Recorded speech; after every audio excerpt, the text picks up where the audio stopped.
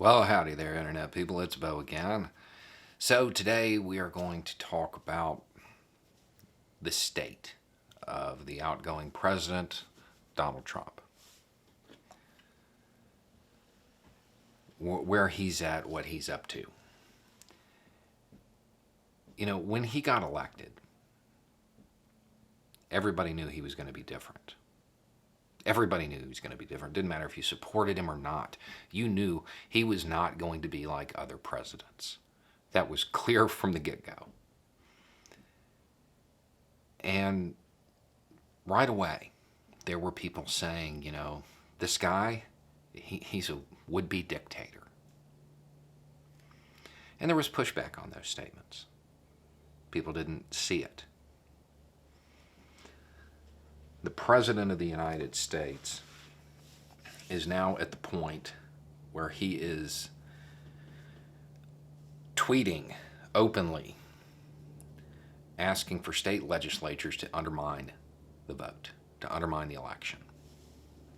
In relevant part, he says, hopefully the courts and or legislatures will have the courage to do what has to be done to maintain the integrity of our elections and the United States of America itself.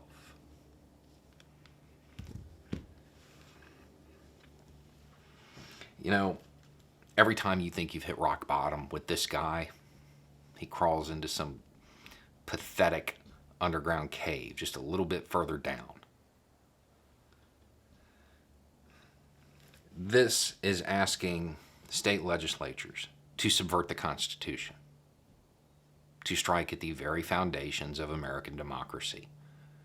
200 years of the integrity of the United States, if you will. And he's doing this with no evidence. He has had dozens of opportunities to present evidence in court. So far, it hadn't happened. At this point, you have to assume it doesn't exist. The president isn't going to exhaust his legal options without presenting evidence if it existed.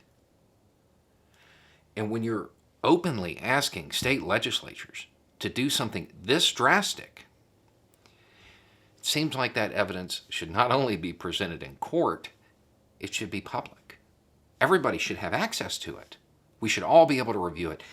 And if that was the case, and it was out there for people to look at, it wouldn't just be his base cheering this on.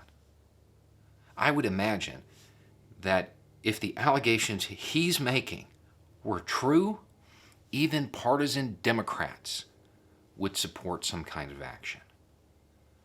Because it's that much of an affront to the United States. That evidence doesn't exist. I've asked people who believe this to show me why. They can't. His attorneys haven't been able to present it in court. It doesn't exist. And what that means is that you have a decent-sized segment of the population who is willing to subvert the Constitution, subvert the United States, over a tweet from Dear Leader with no evidence. Just because Dear Leader says so, we're going to believe it. This is why those statements were made initially.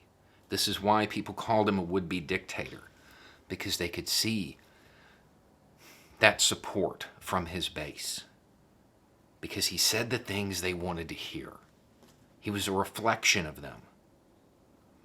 Somehow, he got these people to see him as one of them. Somehow they were able to identify with the spoiled billionaire.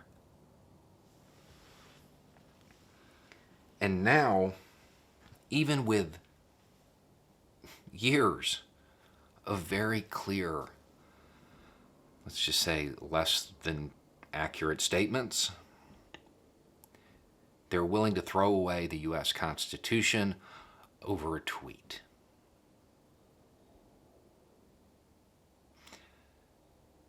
That's pretty disheartening. Now,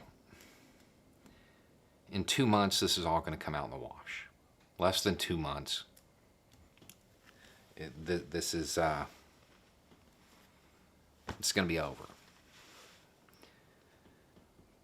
But until then, we have to acknowledge that there is a group of Americans who have placed their trust in the president and that he's abusing that trust.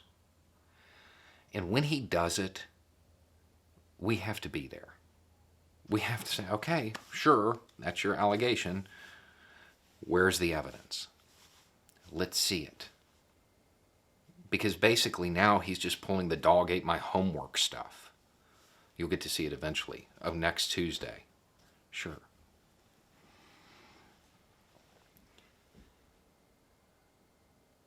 The United States came pretty close to something really bad happening, to truly losing everything that the United States ever was, all of the positive aspects of the United States,